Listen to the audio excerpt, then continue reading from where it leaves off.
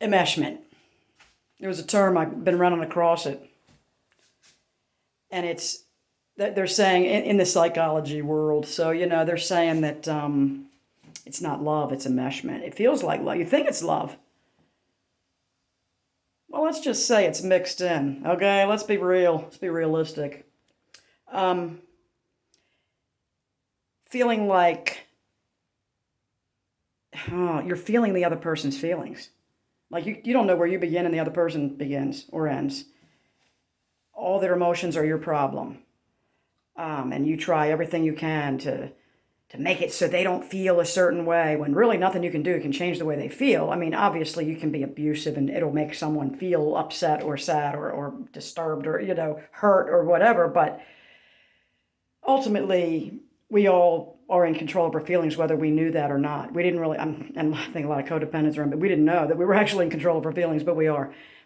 The way that manipulative people use our feelings against us is criminal, but it is clever, and it is something that we somehow just can't seem to recognize until we finally do and learn that we have to gray rock and this, that, and the other. Then as we do that, we start to see the people that we are enmeshed with.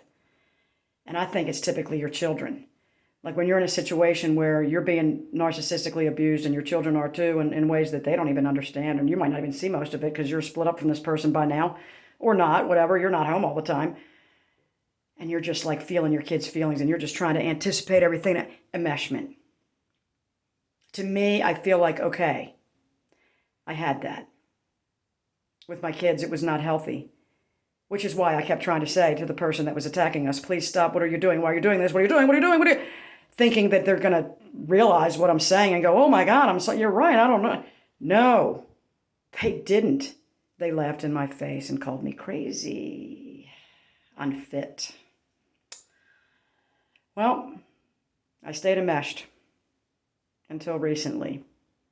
And now there's a guilt attached to disengaging because you're thinking to yourself, am I engaged enough? Like you don't even know what's normal. You don't know what feels right. Like how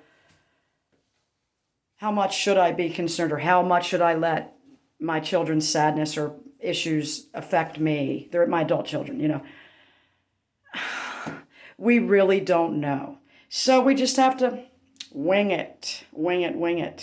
So enmeshment. And I think my middle daughter has realized that she has enmeshment issues with her niece because she does not yet have children.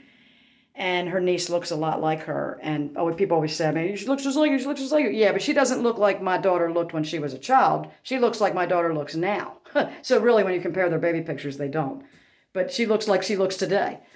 So I think that had something to do with it too, that she really identified with her niece. And she felt that she knew what she was feeling, knew what she was thinking. And I'm so sad for my niece because she doesn't have a lot of family around and I said, yeah, but wait, whoa. And I said, do you feel like you might be, I talked about this before, projecting your emotions? And she said, yeah, that is what I'm doing. I said, yeah, because look, you didn't have a cool aunt like you. You didn't have a grandmother that was they had a grandma that was kind, and she had them spend the night at her house at times, and they knew her throughout their childhood, but it wasn't like a close, constant, all the time thing. So her niece had me and Lenny, a set of grandparents that were very involved, were very close to her, so that she had them, us, What I was trying to tell my daughter is, your niece doesn't have the same experience you did and actually has a better support system than you had.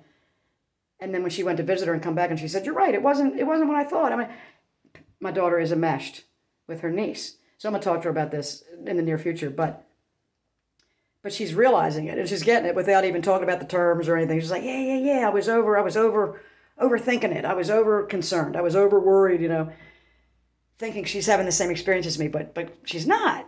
I mean, there's certain things that are similar. So enmeshment. Being over involved, even with your friends, with anyone, with a vulnerable narcissist who can't get their shit together, and you love them, you're just trying to, and they're using their shit out of you, and they're crying. People don't understand. It's so hard. I can't handle this, and I can't work with people. I can't do this. Can't do it. And you're enmeshed. You're feeling their pain. Oh, let me try this way. I'm gonna do this. Look what I've learned. If you just do what I did, they don't want to learn or know. Did you recover? Abuse victim. Did you have a life coach come in and like a friend and walk you through all this stuff? No. You might have had a friend here and there. You might have had somebody you talked to, but nobody's walking you through your recovery the way that we attempt to force vulnerable narcs to recover. They're not gonna. And I spent many years dealing with these people, just thinking that they were thinking like me. Oh, if they just had a leg up, if somebody understood, they would stand right up, get their shit together, and move on. They don't. That means they're not like us, and they're not thinking like us. Emeshment. Think about it. Are you in it? And it feels super guilty and shameful to pull out of it. Because then these people might even accuse you of not caring about them anymore. If you don't want to kiss their ass, wipe their ass, pay their bills, drive them to their car because they were drunk last night and didn't want to drive it. Thank God they didn't. But these kind of, like, what? No, you care. But you care enough to let them learn life skills so they might recover. If they're not a severe narcissist, they could recover. If they're toxic, if they're just past that point, they cannot recover and they won't recover. So,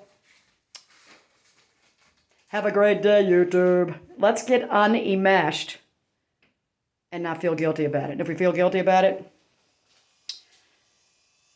watch a video on enmeshment. I don't know. Have a great day.